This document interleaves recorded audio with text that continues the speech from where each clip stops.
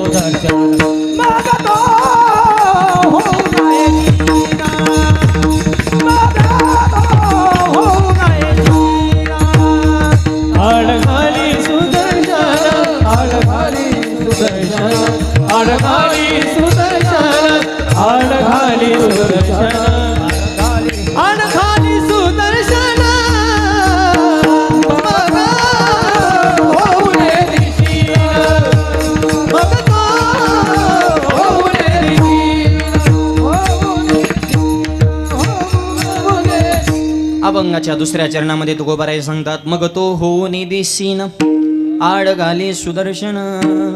भगवंत आपल्या भक्ताला सीन होई नाही म्हणून